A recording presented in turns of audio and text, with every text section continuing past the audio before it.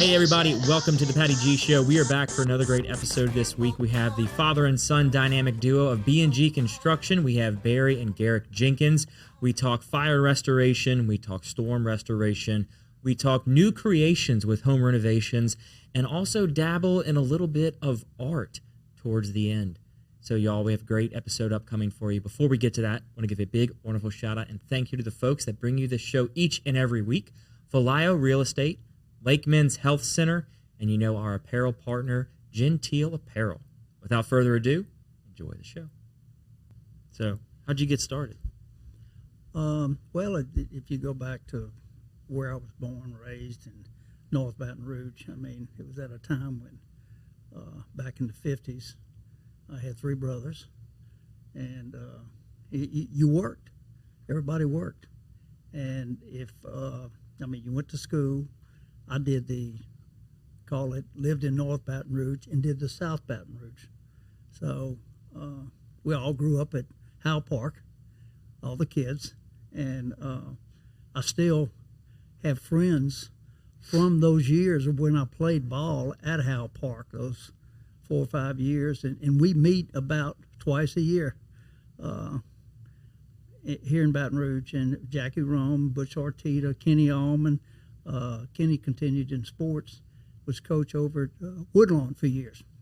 But growing up in North Baton Rouge, back to the work, all of us worked. I mean, odd jobs. And when I got into my teens, 13, 14, 15, I picked up jobs of working with some guys down the road that had roofing crews. And I was a kid, so I was the skinny little kid that carried the shingles up on the roof. And I continued, and I worked with my oldest brother doing that all the way through high school, and I was saving my money for college is what I was doing. And once I had enough money and went into college, I went to Louisiana College my first 3 semesters, which is in Pineville, Louisiana. It was pretty expensive. But even when I was there, I had the work ethics, and we did everything from my roommate played on the basketball team, and we did everything from we sold donuts, we dug graves at the cemetery. That was the worst job. We worked in the digging graves. Yes, in the cemetery, and it was me, Locke Harris, and a guy Mike Hirsch, who was the linebacker for the football team, and we did that for about 4 months, and then we went to work in the creosote plant. But it was just work ethics. It was, saving enough money to go to school. School was not expensive back then, regular institutions like LSU or Southeastern.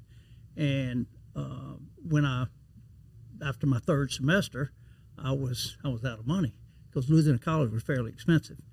And so LSU had already started. They started about a week early back then. And that was at a time when Vietnam was really strong. So you were either in school or you were in Vietnam. And I had a lot of buddies over there. But I continued to work. I transferred to Southeastern, and my brother worked for L.B. Odom Incorporated, which was the first insurance restoration contractor in Baton Rouge. Okay. And my brother and I did just about all of his work. And there came, as we refer to, the OJT, on-the-job training, and we learned, it's a military term, and we learned everything from restoring fires, taking trees out of houses, car repairs. I mean, I did that at a very young age, and unfortunately, some of my classes at Louisiana College, I didn't know it. I'd gotten married. I'd only been married 6 weeks when Selective Service called and said, "You're not in school." And I said, "I've never missed school." I think I was a junior then. You had to have, I think it was 90 hours as a junior. And she said, "I'm going to check your records." We filled out what we called a 2S student deferment, which said I'm in school and they wouldn't take you out of school. I'd been married 6 weeks, out of school. And so she went and checked, and it was that semester that Louisiana College, my 3 religion courses, which was 9 hours, they took away 6. So now instead of having 95 hours, I had 89. So Uncle Sam, two days later, I was in New Orleans in the big hallway, married 6 weeks, and I was a gone pecan. But fortunately, I got in the National Guard, so I stayed in National Guard for 6 years and did my basic training off it. That's why it took me 4.5 years to get out of college instead of 4, because I spent that time in the military going to basic training and what you call your AIT, advanced infantry training. But all that time my brother and I had started our business, and we continued it, I guess, for around 14, 15 years. And my oldest brother reached a point where, Pat, we went through stuff back then. The claims were times were different, but it was like agents, particularly State Farm, they would call your home directly on claims. It was just a different time. If a car went in the house, a tree went on it, and it didn't matter if it was 8 o'clock at night on a Sunday or whatever. We serviced those claims. And that's how we actually built the business. That's how B&G Construction was formed. But after 15 years, my brother was, call it burnout. He was just at a point in his life. And so we separated, good separation. We're still close. And I continued the B&G Construction. And I think that was around 1983 or 84. 84, December 25th, because December 25th of 84 is when the temperature got down to around 15 degrees. All the pipes burst, so I was going through that. And we had one in 84, and we also had one in 1989. But I continued with the business. And back then, I did a lot of work for Allstate, but I did more with State Farm, and my association with the agents, I built it up, but I built it up more from just service. They could call me. I had crews. Back then I had 16 guys working out of the warehouse, and we did just about everything as far as the different job tasks. But we serviced the industry from, like I said, doing fires. On the business side, the estimate changed a lot. I mean, I hand wrote fires for years, and I want to say it was 1984. Yeah, Tom's been with us. Tom was with us 40 years. 40 years. A guy that I was in college with, who just retired. Just last retired. Year. Last year. Retired last October. And Patrick, he was he was such an asset. It's hard to get him to leave. Yeah. He didn't want to leave. He didn't want to leave. But it was an encouraged retirement, not a forced retirement. He was such an asset. Of course, Tom was. Look, I don't want to get on the roof. I don't want to, and he did. He was office manager is what he was. But we dug into. We had to go to some type of computer system as far as estimating packages. I mean, and back then it was DOS, if you remember, like, truthfully. I mean, a DOS system. That was the first estimating program. Well, yeah. I'm dating myself even knowing about DOS. I was about to say, you just said a term that's not familiar with me. I mean, Atari hadn't come out yet. Where it's like the blinking block on the screen. It's pretty bad. But anyway, we had a guy from Utah come in. Richard Nuttall was his name. He's retired now. And he had this Xactimate system of estimating insurance restoration work. And they knew the computer side. They didn't know the construction side. And I'm telling you that because that was the ground floor with the Xactimate when it first started. And I wrote 3 fires by hand, and Tom ran 3 off on the Xactimate system, and it was, which they still use. They still use the Exact same software. software. It is the system. I mean, it's obviously evolved. Improved, Yeah, it's evolved, and to tell you how it evolved, when it first started, they actually would call us on pricing from Utah, and actually one time we had a term we just used in the office. It was called STR, which means subject to result. And one time we're looking at an estimate. I won't tell you what company it was on an exact amount, and there was STR written on it. And we're like, "Hey, that's ours," but you couldn't do that.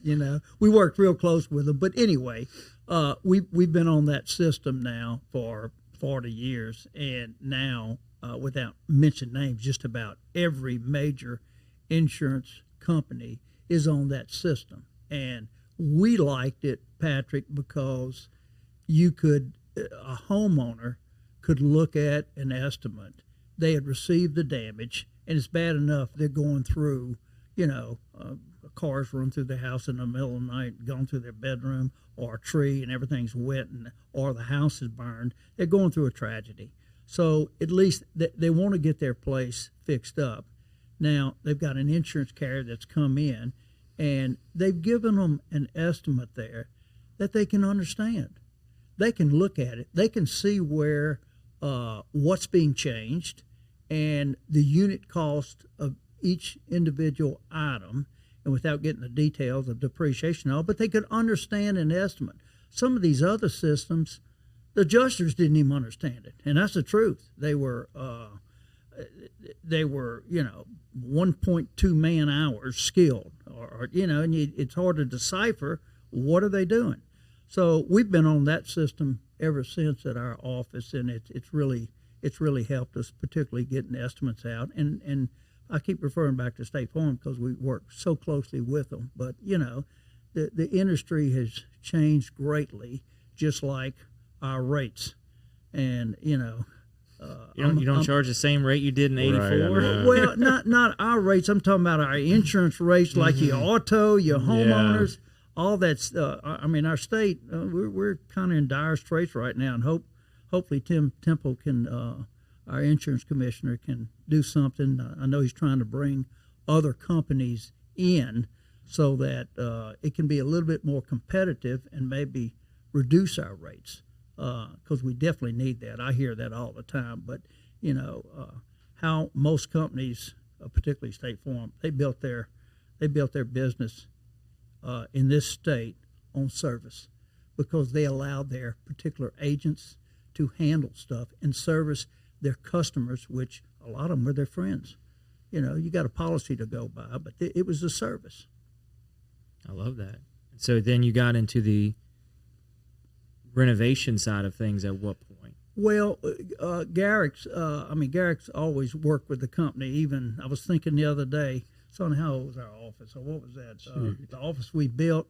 And you and Steven, what were you and Steven, 12, 13?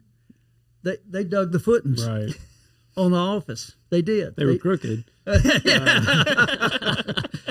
we were 11 and they were crooked, but we dug it. But they dug the footings, and I was just thinking, so that's how long Garic's been involved in the business now.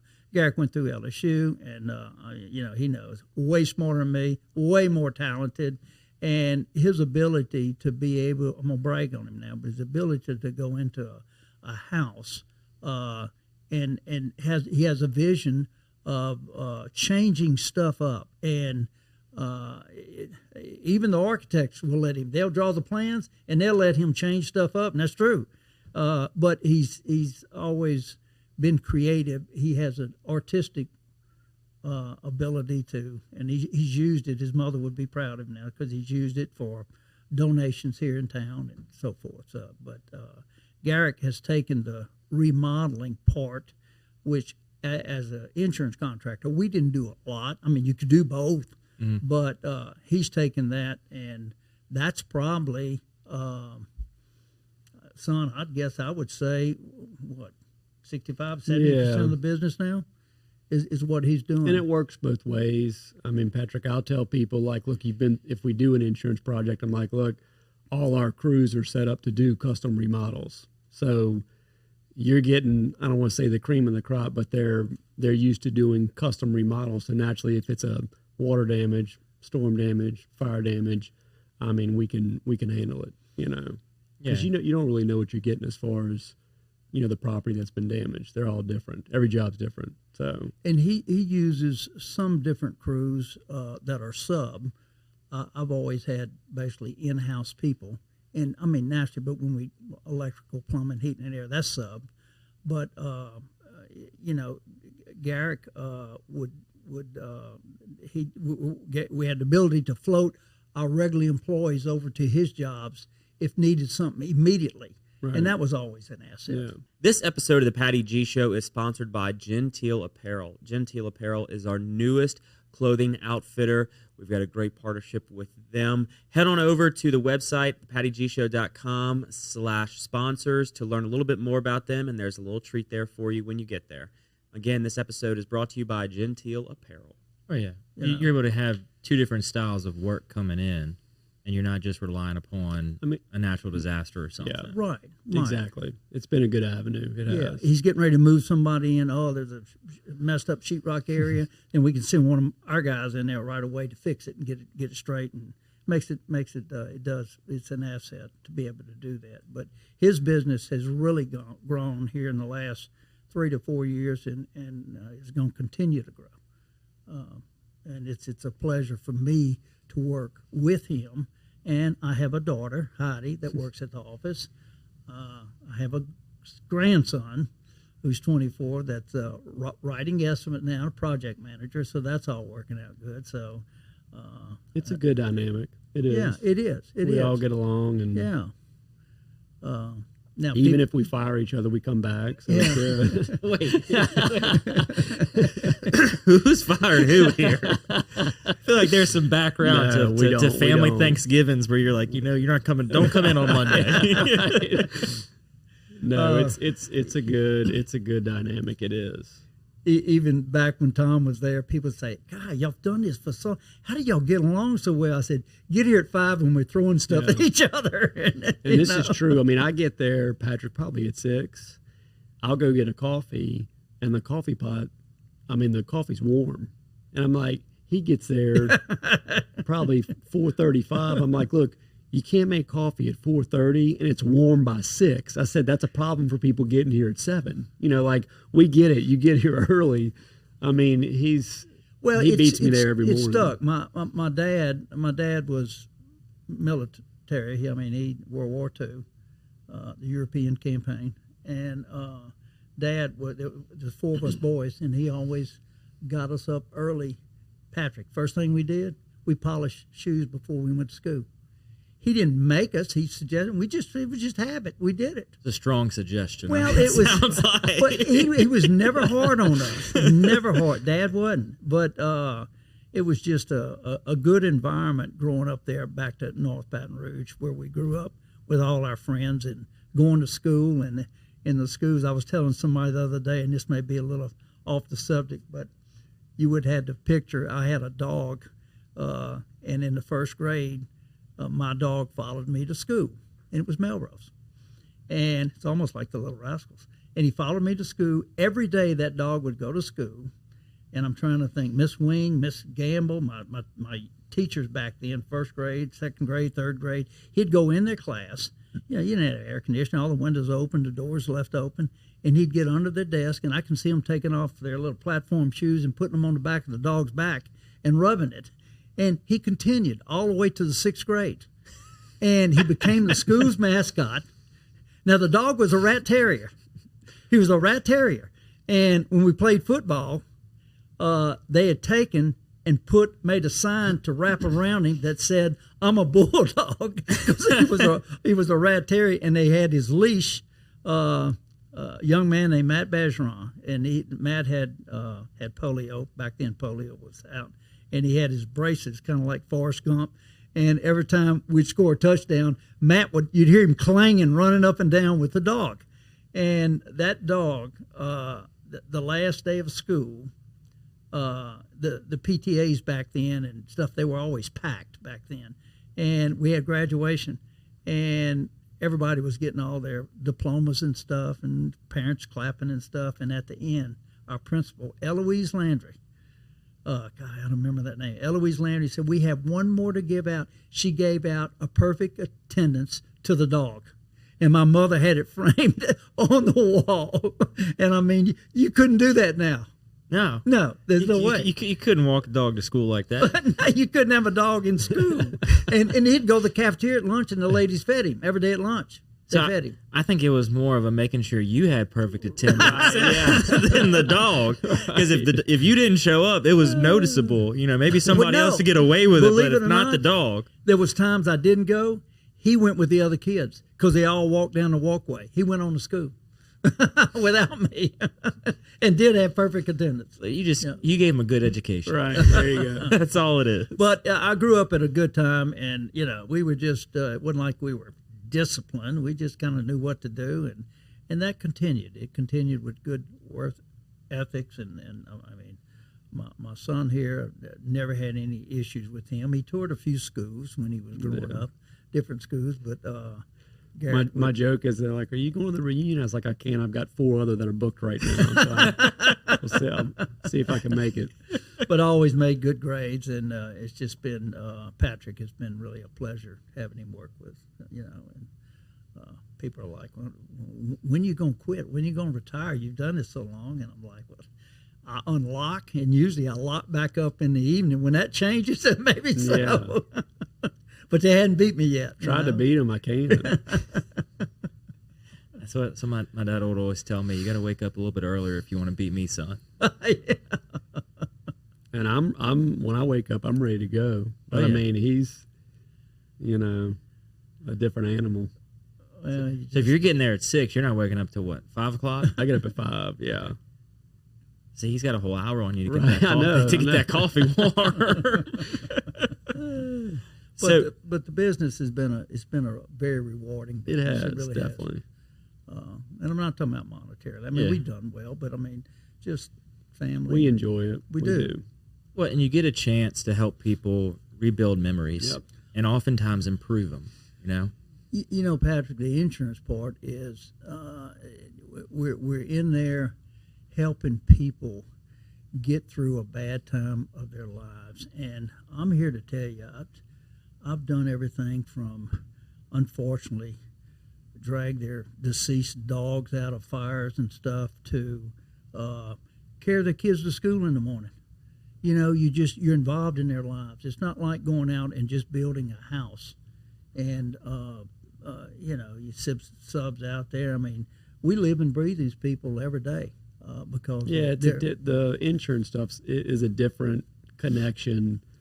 Because you're dealing with people they're going through something rough at the time, so you're kind of working through that path to get to the finish line. And at the end of it, I mean, they've been through a loss, but they're grateful for the other side of it. So that's kind of a good side of it. And over the years, we've been able to, not that we're insurance adjusters by any stretch, but we learn policies and coverage. And what you can do, and we work closely with those companies and insurance adjusters, and that has made it easy on us because we built up a good trust and relationship with them, and they know we're genuinely out there trying to service these people and help them through these bad times, because it can be really difficult and stressful on a family. I mean, I got a million stories over the years, with people in fires and some not getting out, some getting really hurt, and you stay in touch with them. I got an invite right now, and that goes back to that was Ida. A tree went through their house, and a couple has invited me over for dinner, afterwards. So that makes you feel good when you stay in touch with these people. You hope you don't have another claim with them, but right. But we have. But it's been a very rewarding business. It's changed a lot with respects to. It's a little more distant now. Mm-hmm. They like a lot of companies, everything's gone corporate. Yeah, it's more commercialized. Claims are where we used to get them right away. They're shuffled to a central location in another state somewhere, so it's supposed to expedite things, but at the same time you lose the personal contact of sometimes you get out there and you see something that's been done, a temporary, and the guy's got 5-gallon buckets catching the water on the inside because of the way it's done, and it's just because they haven't had good service, let's say. Mm-hmm. But anyway, as far as us in the business, I'm so glad I stuck with that. even though that was the farthest thing from my major. I majored in sociology and a minor in psychology, but I just continued with this, you know. Well, I think in a way they're connected.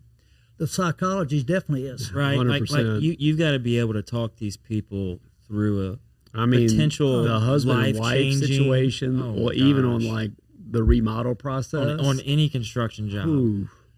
I learned early it's just yes, dear. Yep. Yes, dear. Because if not, you get those people that have those strong opinions, and you kind of got to be a mediator. Oh, 100%. They're both the client. You do.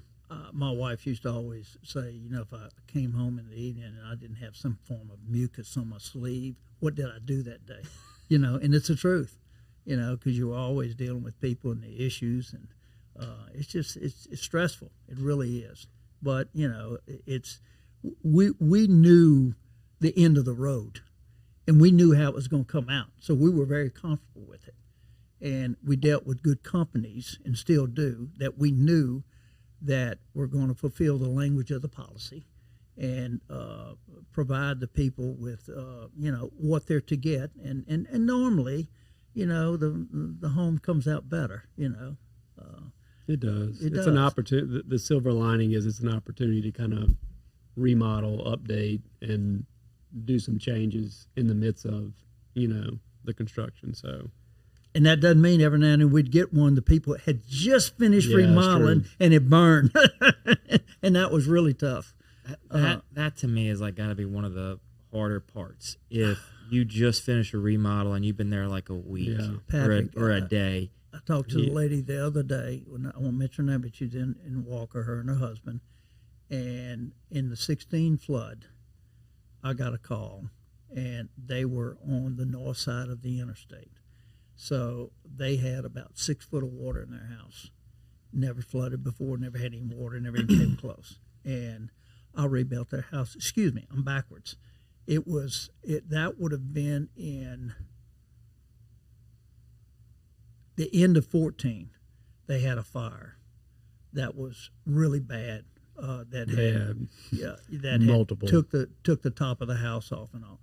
And we went in there and rebuilt the house and put them all back. We were through for 1 week, and the 16 flood hit. And my heart just broke when I pulled up and I saw all of their new furniture was piled up about 8 feet in the front yard. And it was just, and the husband was caught up and just tear this wet stuff out.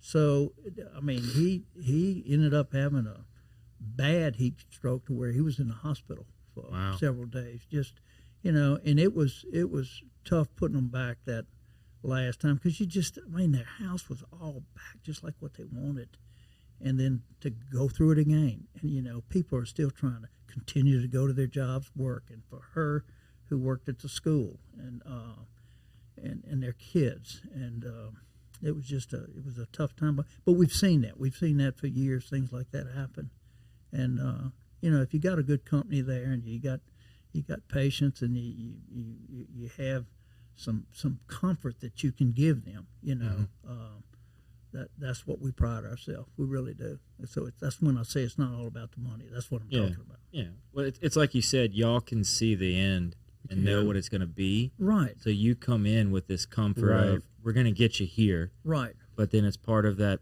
process of, here's how we're going to do it. Right. And here's where we're going to talk to you along the way. Yeah, and it's hard for them to grasp on the front end. It is, which I would be too. You know, you're looking at your house that's upside down, whether it's a tree sitting through the living room or it's all burnt, you know. So, but like getting back to what you said, there's some psychology behind it for sure. There is. And Patrick, on Garrick stuff, a lot of his work, believe it or not, is with his friends. It is, yeah. Yes. Which can be good and bad. As I was about to say, that's there's some highs and lows with those, you know. And a lot of them, I know, they grew up out at our property and stuff, and now they're professionals and have done well for themselves, and they continue to call him. You know? So that's good. He's always doing stuff either for friends or connections of the friends. It is, yeah. Everything's referral based, which is good. Actually, you're getting ready to start one that you just. When did you do John's? That's probably been 4 or 5 years ago. Yeah. And now he's called back. He started another project on his house this week. Do you end up leaving little notes inside the studs for him?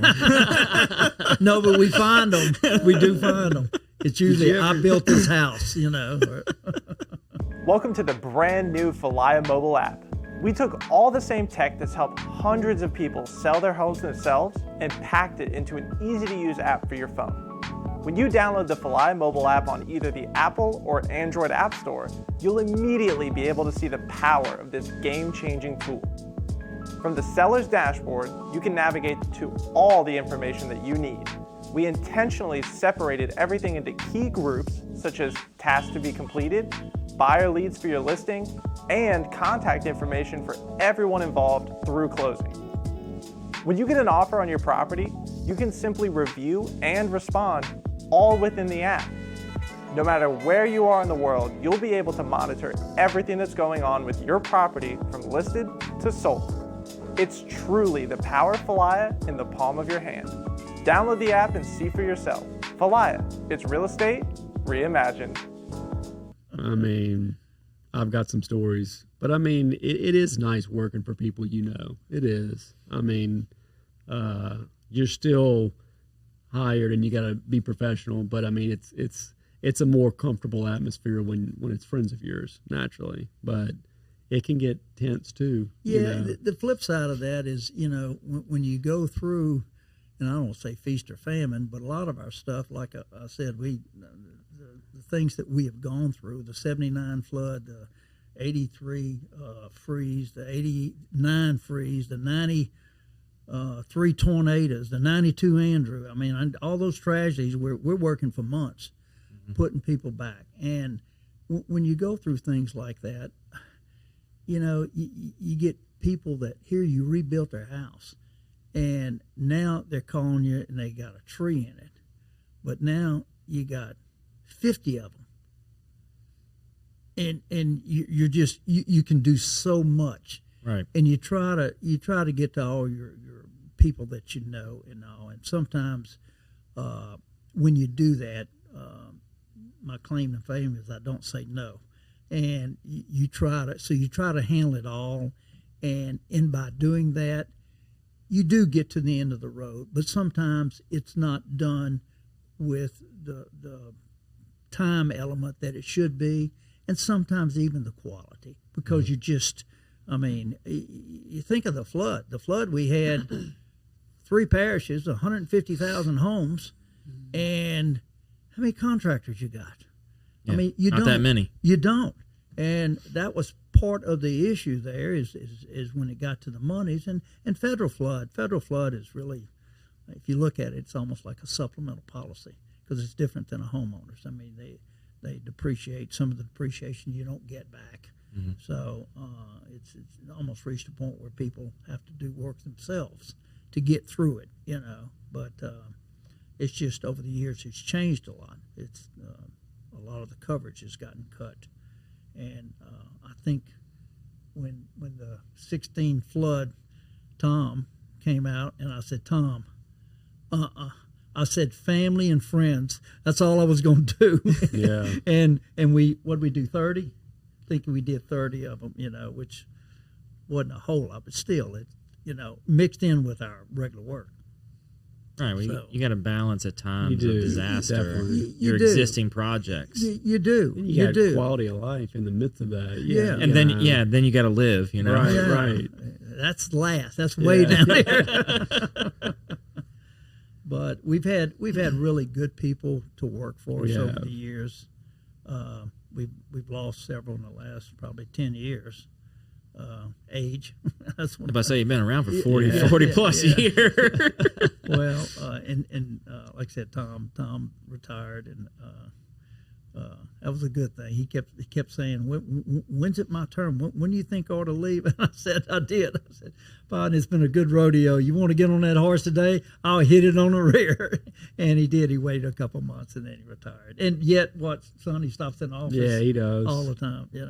Yeah, I mean, I'd have to tell him. He'd be like, "Son, I can tell Tom he's slowing down a little bit. Like I said, hey, he's 74. He can slow down. Yeah. It's okay. He doesn't have to still show up at 4 a.m. You know? Let the guy slow down. 4:30 is okay. Right. You know? We can give him a little bit of slack. So at what point did y'all start adding that commercial side? It kind of sounds like the restoration side had always been there, or not the commercial, the residential remodel. When did you start adding that piece to the business? It kind of overflowed. It was probably, probably me when I came on board. Yeah. There's no doubt. They were primarily insurance restoration prior to me coming on board.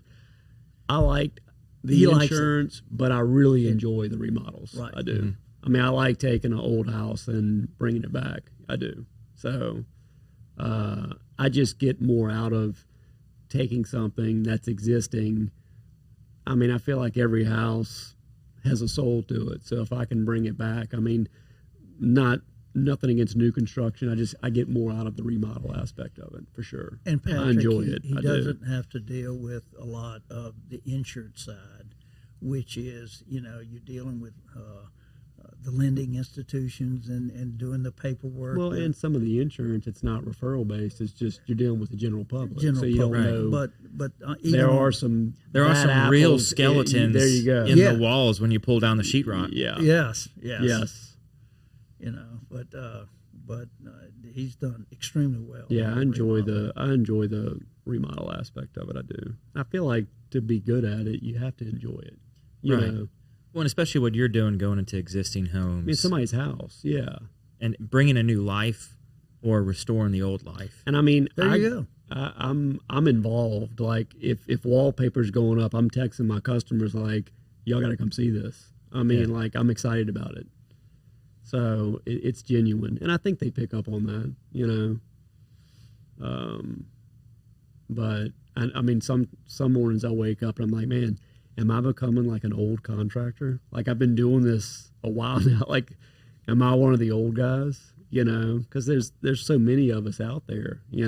But I've been fortunate. No, I have a good clientele, and I feel like it's steady. And the guy Rob Sober that runs our New Orleans office, he's got a lot of Garic's talent. Rob does, and he does an excellent job on putting stuff back. Rob may not be quite as creative as what Garic is, but on the flip side, he's got a tremendous business head. He does. He does. He tells me now, one of the first jobs, because to tell you how he came to work for us, and actually we've got an employee now like that, but Rob had was it a three-story unit? Three-story unit, yeah. His place on Lake. Yeah, the condos. Yeah, the condos. He had a fire. He had a fire on State Street. On the corner of East State and Dalrymple. Right on that corner. Those stucco. I know. My cousin. Everybody's connected. My cousin was complex. doing the plumbing at the time the fire happened and had to jump out of the building. Whoa. You kidding? No, I'm dead serious. Wow. I know exactly where you're talking about. He was on the second floor and had to jump out. Well, when it burned, it burned real bad. Did. Oh yeah.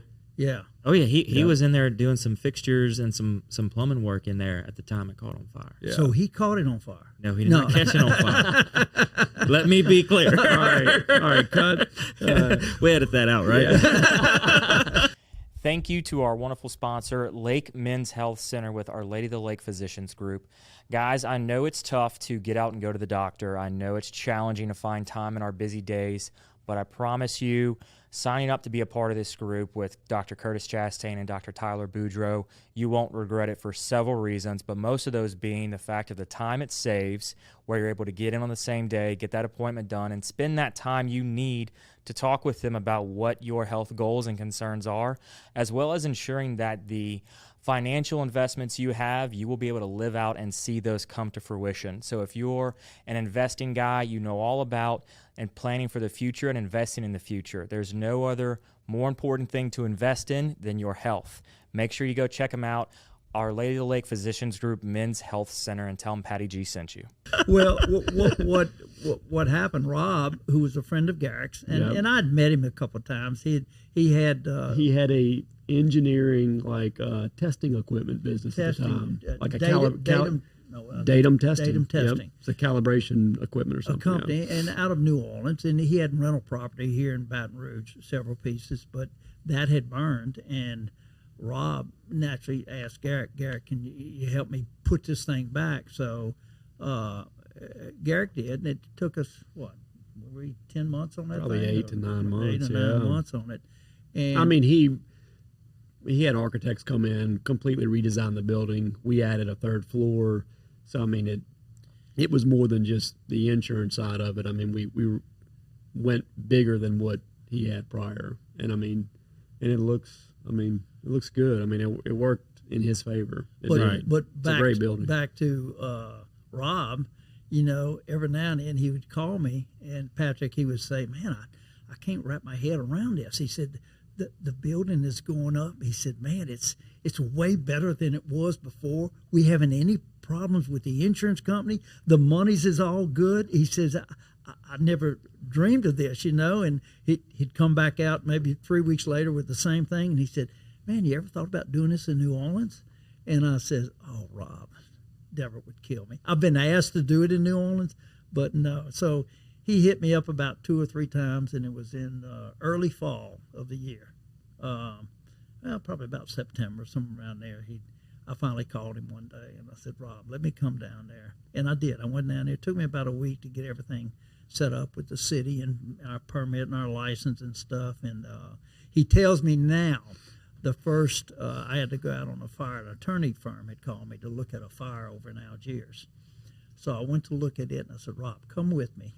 And the attorney, they had sent a young attorney out there on the fire, and she showed up in a white suit with a double mask, and Rob was like, oh, my God, he's thinking of there must be chemicals or something, you know, but she was just scared of maybe smoke residue or whatever. So we went on in there, and I walked through the fire with him, and I was telling Rob, now, see, it's kind of a learning curve. This room here, we're okay. All we got to do in here is come in here and clean and seal. This room here, we need to gut. This room here, we got quarter-inch charring. We need to change. And he tells me now, he walked outside and he told himself, what in the heck have I gotten myself into? But he learned so quick. He did. I mean, even when his building was being built, I mean, the plumbers would call me and be like, dude, the owner is killing us. Like, he's asking 10 minutes. I said, look, don't take it personal. He's trying to learn. He's asking because he wants to know. He's not critiquing your work. He's trying to figure out why you're doing what you're doing. Yeah, y'all, he has no idea. Right. That's right. That's just his personality. But he's done an excellent job. He's done a great job. A great job in New Orleans. He really does. And New Orleans is a different animal. I mean, I walk in some of those houses uptown that are 3 stories, that are all the old plaster, Patrick, with the wood lab behind them, and nothing is level, nothing is square, and we're gutting the whole building. And I'm just looking at everything being like, how is he putting this back together? I mean, but all those guys over there, they're used to it. They're used to that. You know? All their levels go the same way. Oh, you know, man. I mean, it's a different animal. And he's got good crews.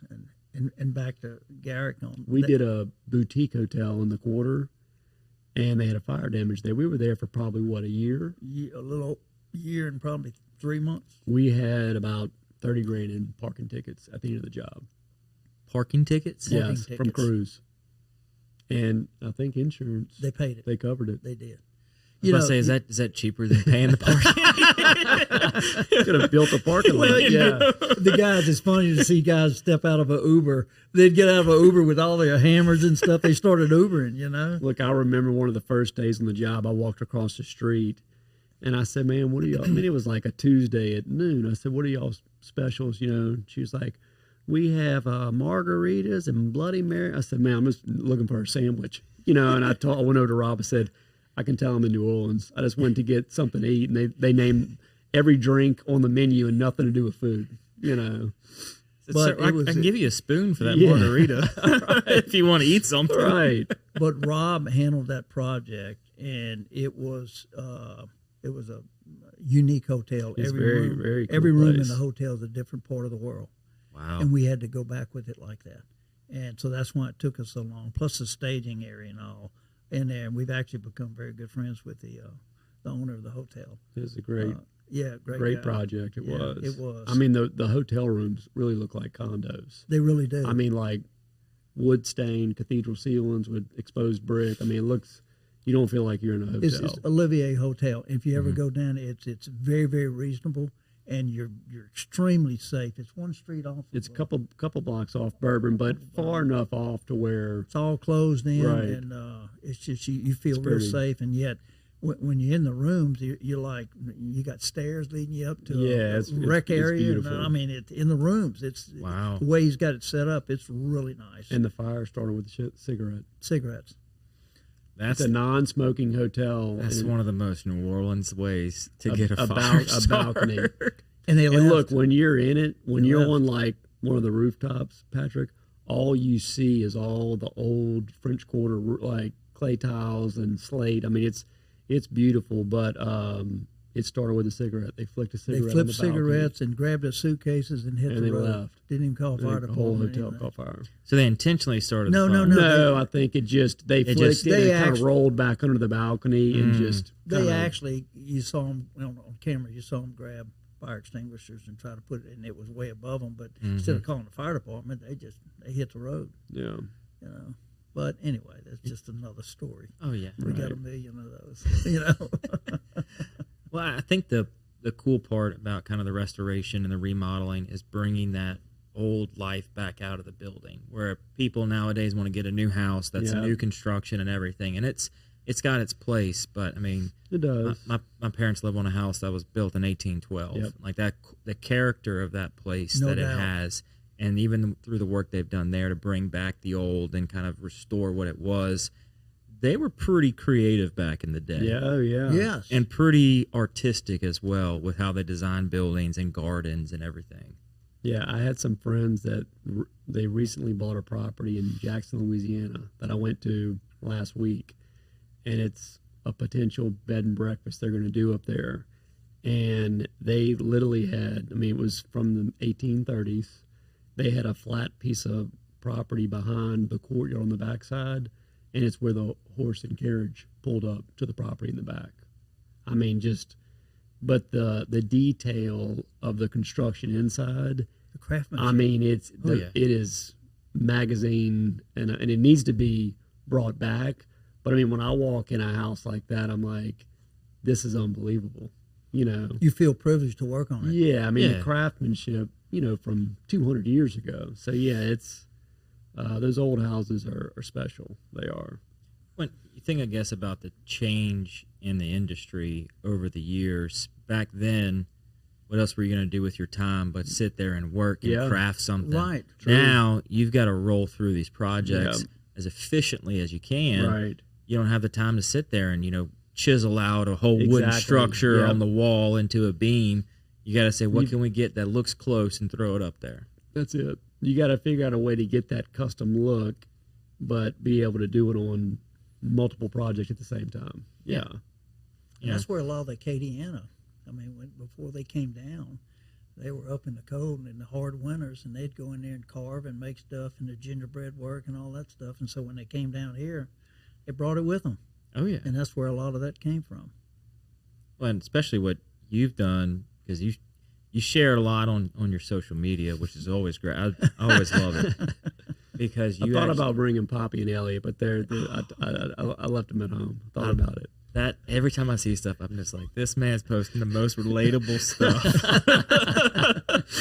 As a dad, it makes me just feel I'm right on too. What's funny, Patrick, my wife's not from here. She's from Florida, and she lived in New Orleans for like 10 years. So she knows some people in Baton Rouge, but not a ton. Right. And as she'll come home, she's like, hey, I was at Trader Joe's, and some other random person came up and hugged both our kids and hugged me and told me, I just love that Poppy, and walked on.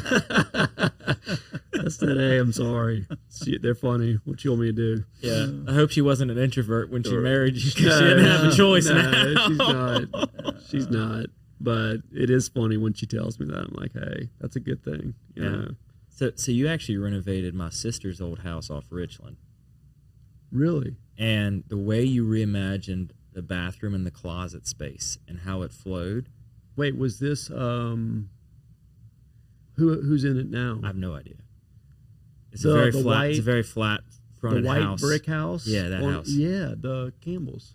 Yeah, Where we added on to you added on to the bathroom. I did. And like seeing the reinvention of the space to me, I was Yes. like, this was fantastic. Yeah. To And see how and it look, then flowed. I know why no one else did what we did, because that exterior wall where the house Oh stopped, gosh, condensers, gas meter, everything. electrical pan, all the utilities were on that wall. All the and you didn't have much property line to You work didn't. with. No, You didn't. But what you went in and did there, I was like, that's exactly what that But house as soon needed. as that little piece went on the right, it balanced that whole house. And it's a beautiful home before. and they were great to work with. Yeah, they were. They were. Yeah, And but they're- just seeing that artistic side and being able to recreate a space was cool to me to see.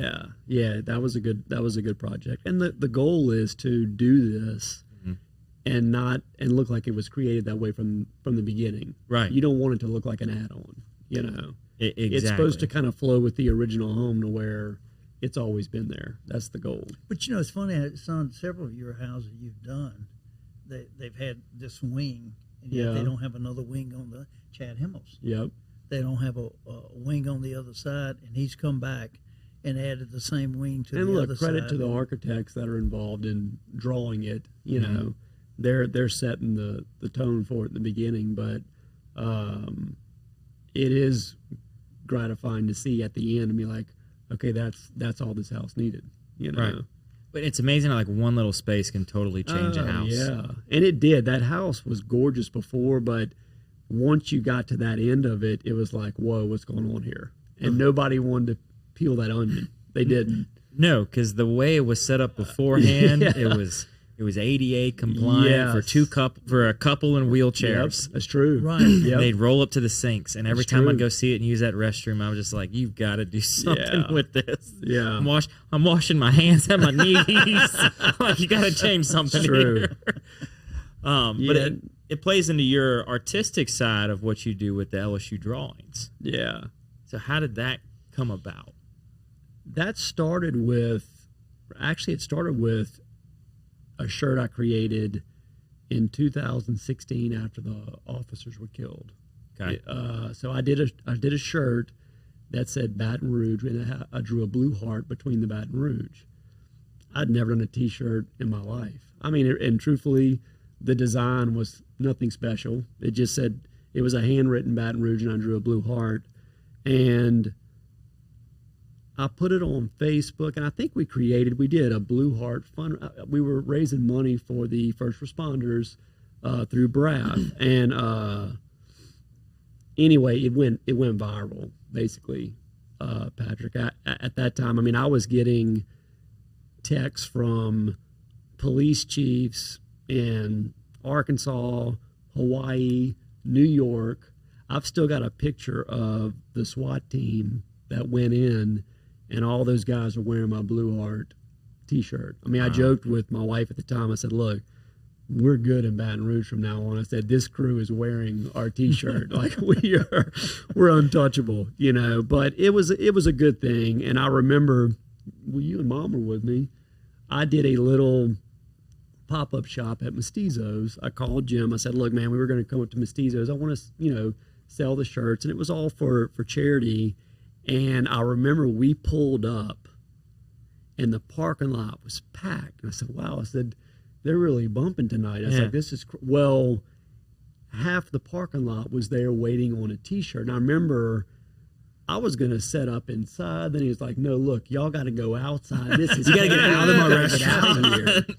So after that, we did several, me and my wife, I mean, look, my wife was a big part of it. I would do the design, create the shirt. We connected with a local print company.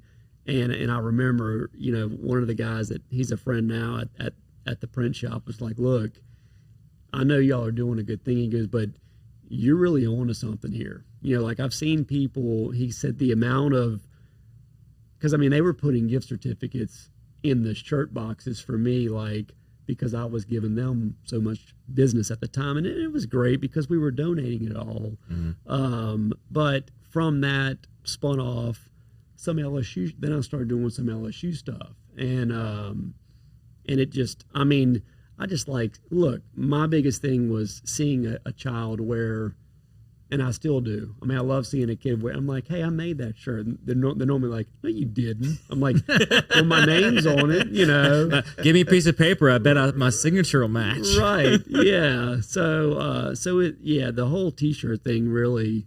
I mean, again, I'm grateful for my wife because there were times where our living room looked like a sweatshop. Walmart tables. Walmart tables. Tables stacked, and we were just packing and shipping. So yeah, the T-shirt stuff was great, and like I feel like we helped a lot of people out, you know. But as a kid, he would doodle and he would draw, and my wife drew, but she said, "Look, he is so more talented. He doesn't know how talented he is. So the only way we would get pictures was he'd be doing homework, doodling, and he'd draw his hand holding a cup of coffee or something, and pencil and all, and we've got that stuff framed now. She'd go slip it, you know." Look, there was a girl I dated in high school, and she was in AP art at Episcopal. I'll never forget this. And I did an abstract, and naturally for her, and her name was on it, and it went to Hemmingbow in St. Francisville. And I remember my mom was mad because I had done a piece somebody else's, and they loved her. I mean, the girl I was dating at the time, and it did. I don't know where it is. Well, she was scared you were going to get in trouble. Yeah, you know.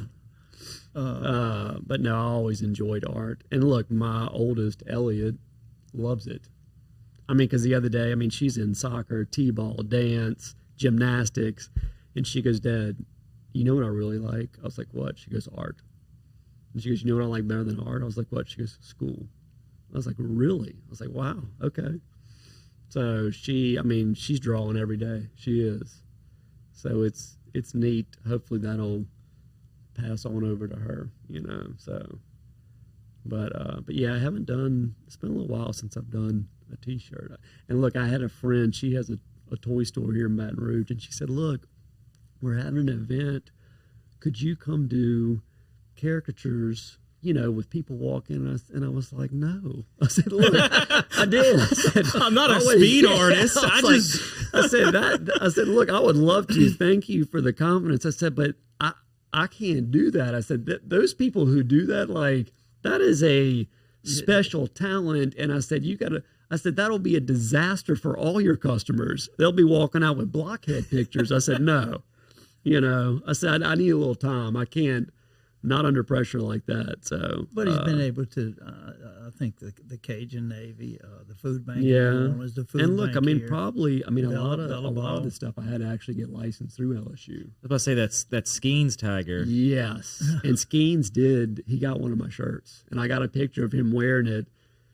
And the place he was at, the girl that I know where he was working out, she said, "Look, don't post this." I was like, "I'm not," but it was kind of cool seeing him wear the shirt that, you know, naturally he was the inspiration for. So, so again, I just like seeing people. Paul Maneri came to your house and got one? No, it was Johnson. Oh, Jay Johnson. I went to Jay Johnson's house. Oh, and got one. I did some at it's like the Bengals banquet or the Bingle Bells or whatever, the wives, and they do it at the casino.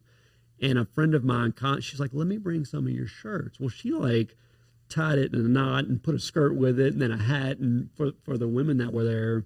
And Coach Johnson's wife wanted they sold out.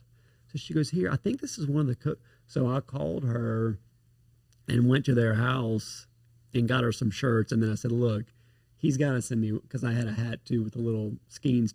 I said, "I got to get one pic with Coach wearing the hat," and he did. And he sent me the pic, like doing it was pretty cool. So yeah, it's fun just. But back to all that, seeing it around the town. drawing. That's what's really helped him with the remodeling. Yeah, I mean, it sounds like he's about to leave tomorrow and Yeah. do this art thing full time. What you don't know is he's scheduled for another show after this, where we just talk his art career. Yeah. But I mean, that obviously translates into the drawings and being able to envision a space. It does, totally, definitely. Yeah, and I mean, a lot of times there's a designer on board when we're doing stuff. But I mean, I like to have my input. And I mean, we've seen so many houses, there's so many different scenarios, and we're pretty knowledgeable to where we at least like to offer some input. Then I'll have customers that are like, look, somebody told me I don't really need a designer, that you're pretty good. I said, no, you need one. I said, look, I'd love to tell you I can just take it and run with it, but I can't go to Coburn's with you and pick out plumbing fixtures like you need. I don't have time to do that, So no, we again, I think people pick up that we genuinely enjoy what we do, and we build 90% of our customers become friends, and the ones that people say, watch out, they could be difficult. We're eating at DeGiulio's with them 6 months later, talking about how difficult they were, so, with them, right? With them. There you go. Our business model has just been, just to show you the guy in New Orleans. I did that with a handshake, and they say you can't do that, and here we are, 13 years later, and Rob was down a couple months ago, and he was, man, I can't believe it. We've never even had a disagreement.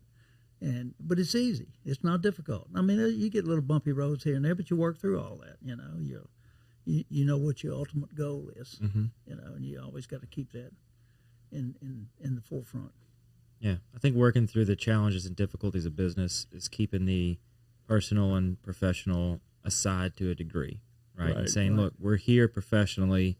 Here's where we got to end up. Yeah. What do we need to do? Give and take on both sides so we align with ultimately the client at our center.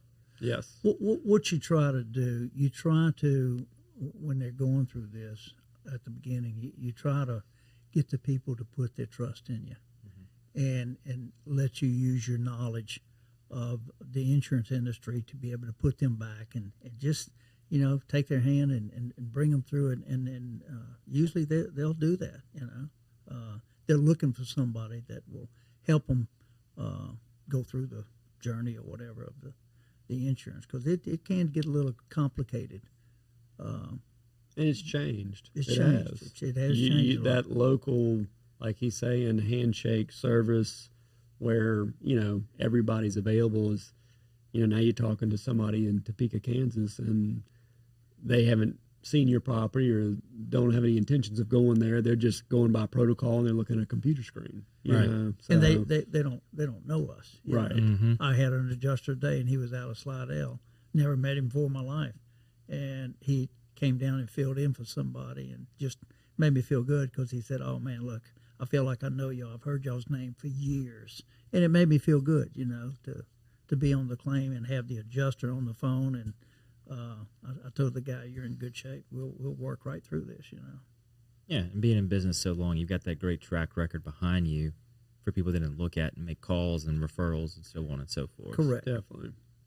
So as we kind of start to wind down the show, we ask every guest the same set of questions at the end. So the first one is, what are something that you did as a kid you wish you could still do today?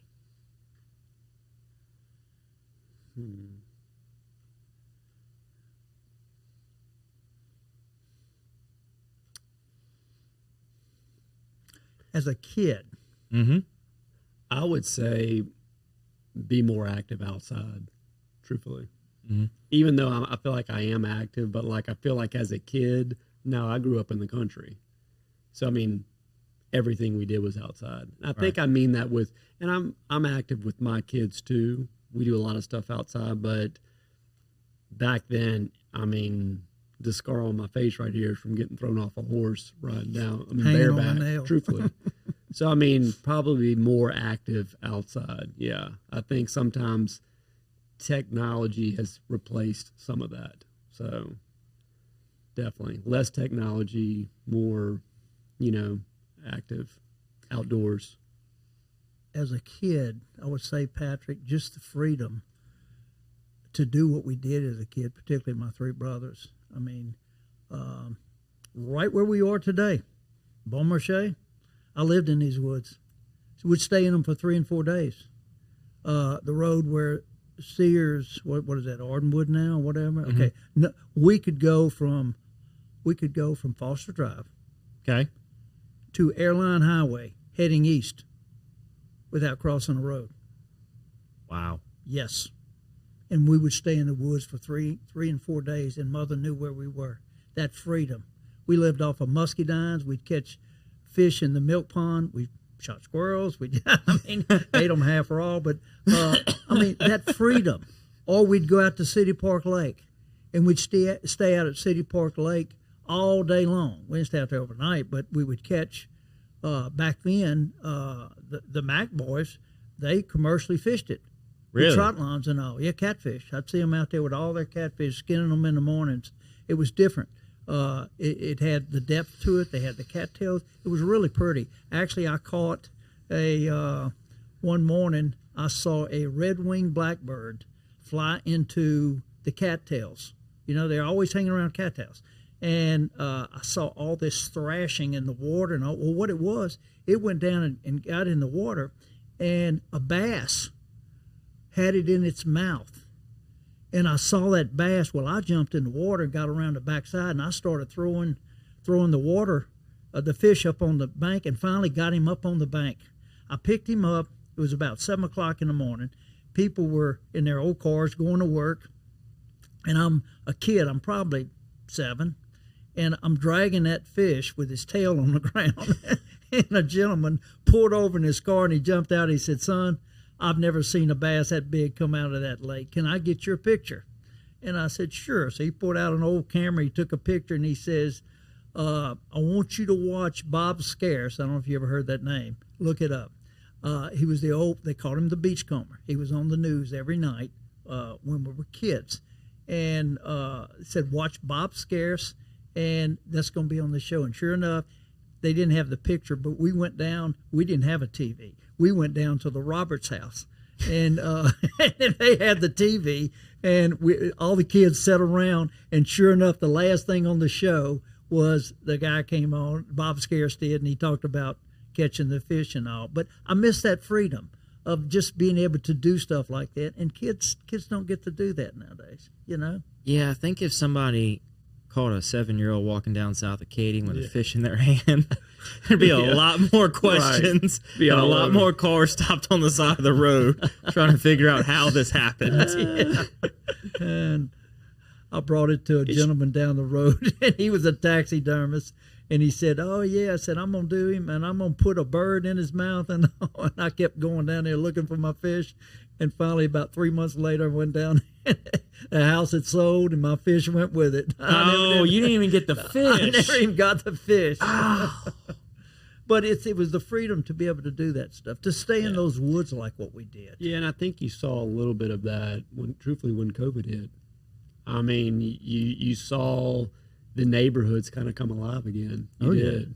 You got to see people slowing life down. Yep. And they got to recognize that we're all neighbors and we're all here together. That's it. There you go. For as long as we can be. Yep. There you go. I mean, there's some people that didn't get through it, and there's some bad stuff that came about from it. But for those that were able to see a positive element to it, my wife and I loved the fact that we were working from home together. It was A lot of awesome. people We do. we like we're like I have a fantastic. customer right now. She's an engineer, and we're renovating her new office. And she was telling me the other day, we were talking about COVID, and she said, "Look, I know that was a bad thing, but," she said, "that was a great thing for me at the time with my family." Mm-hmm.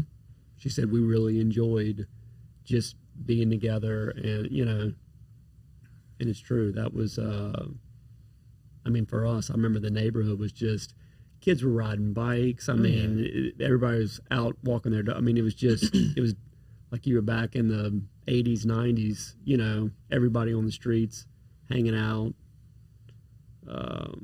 But yeah, I miss that, which kind of goes back to what he said, the freedom. The freedom. And the world's a little different place now. It is. Oh, 100%. It is. we try to keep the right perspective in this business, and we talked about it, about sharing and making people whole and getting them back. But we try to live by a philosophy. We make a living out of what we earn. We make a life out of what we give. And if you keep that in the forefront, you'll be successful. And that wasn't me. That was Winston Churchill. He was extremely wise old man. But our business has succeeded, and I think it's mainly because of what we've tried to do there with people. It's not just work. Yeah, it's how you treated the folks along the way. That's it. And getting them put back. And then Garic, with all his talent, has really just taken it to another level. Absolutely. And we'll continue till they kick me out. That's Patrick. right. Till they kick me out. Till they change the locks. Yeah. So what has been 3 lessons y'all have learned along the way? Oh, gosh. 3 lessons. 3. I'm still learning every day. I would say one would be genuine. I mean, I think when we meet people, I mean, there's no facade or speech where we're rehearsed. Where I mean, it's just, I think people can pick up pretty quick that we're our true selves. Genuine. Mm-hmm. Yeah. Be genuine. Genuine. Yeah.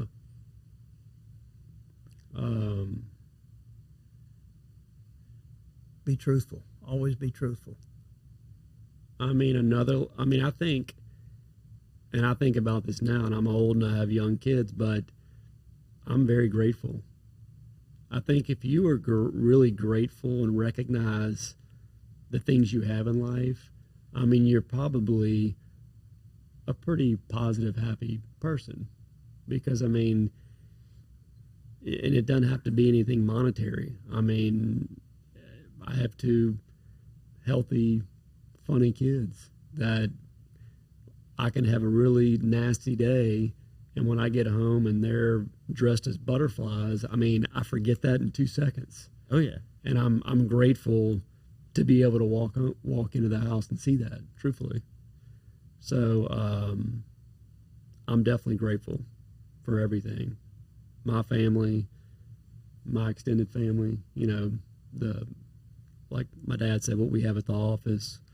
I mean, if you don't appreciate just, hey, another day of waking up, you need to get it together. I mean, we just feel extremely blessed because a lot of people aren't given that,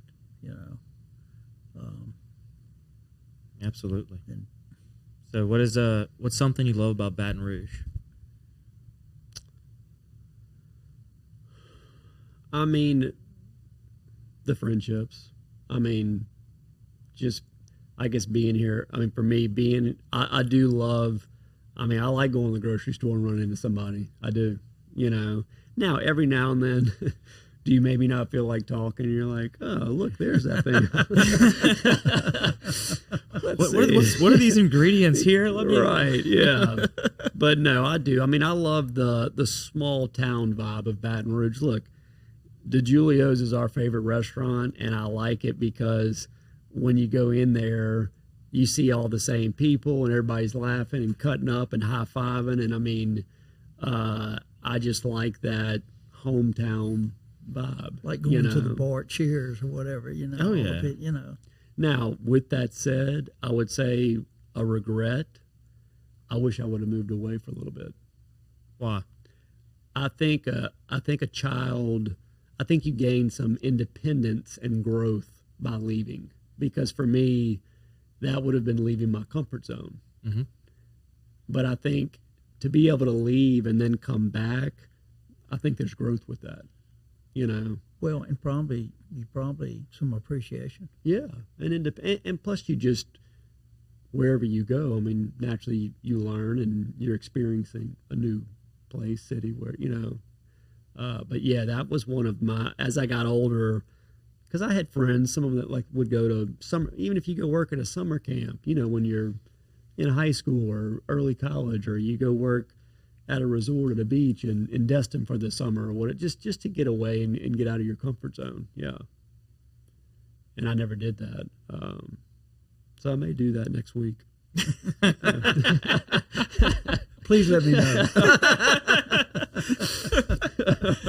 leave the kiddos and the wife at home. Yeah. Be like, you know what? I'll be out next week. Just Babe, I can't talk right now. I'm setting chairs up in front of Sandusky Hilton. Right. So what can I do to help y'all? I mean, you've had You're us doing here. Yeah. You brought us here. That was, I mean, truthfully, I mean, you gave me an opportunity to come and speak to you with my pops. And I mean, this is our first podcast. So we're grateful for that. Yeah. For breaking you in? Yeah, we've We never got Joe Rogan in 2 weeks, but I mean, this was an okay warm up. it's a good warm up. Yeah. But Patrick, we've never advertised nothing. We haven't. Yeah. You know,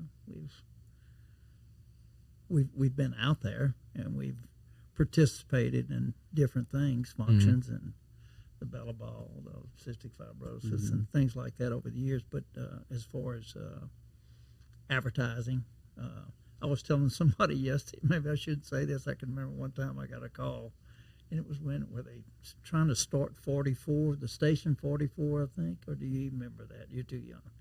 And and they called me to see about remodeling the building, and I think it was somewhere on the airline back then, and so they said, can you be here at 2:00 on so and so and look at some stuff? And so when I went there was a big table, and there was about 12 people sitting around the table, and they had a chair at the end for me, and I was like, what is this? You know, well, what they wanted me to go in there and do the remodeling and swap it for advertising. Right.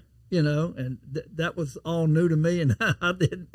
That didn't help me. I told him, I said, I don't advertise. I don't need it. I built my business up, and I don't need it. You know, so that's been years ago, and I think that was 44, which I guess I think that was Woody Jenkins, if I'm not mistaken. Woody Jenkins started that. Yeah, the businesses that have been around for so long that the word of mouth just carries you. It speaks volumes That's from. basically And it, that goes you kind know. of back to what you said. I mean, Baton Rouge.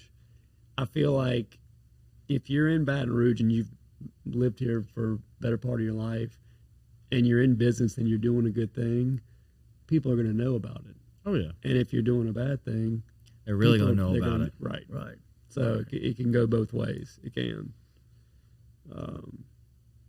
So no, I mean, look, every city's got its quirk. I mean, I see people saying they want to get out of here, but I mean,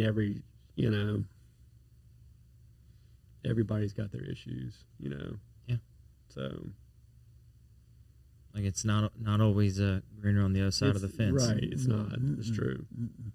So No, we've enjoyed Baton Rouge, particularly the culture. You know. yeah, and here we're of a size that you can make an impact. You have the ability to be a part of something to fix whatever you think is wrong with Yeah. it Sure. and make it a better place. It's true. Yeah. You know, you don't have to go through 100 different people to figure Right. out who you have to talk to. Right. You make maybe 1 or 2 calls and be in touch Yeah, with it's small somebody. enough to where you can make a difference. That's true. Mm-hmm. So, well, thank y'all for coming on. You Yeah, know, thank we're you not for going to be having anything us. like your Rogan experience Yeah. next week, but we try. Right. And here in Baton Rouge, we keep things low on low and on the Right. scale. There we go. Patrick, we appreciate the opportunity. Yeah, to we do. this. This was We've fun. enjoyed it. This was fun. Good. I'm glad y'all had a good time. Yeah, So, we did definitely. thank y'all so much, and we'll link whatever social medias you've got out Yeah, there definitely. for the If I can advertising squeeze side, this, right? I'll squeeze this in between Elliot and Poppy. Yeah. So thank y'all again. I appreciate it. Thank you, And, Patrick. Thank you. thank you everybody else for listening or watching, whatever platform you're consuming us on. It's been a great episode. We'll catch you here next week for a new one of the Patty G Show.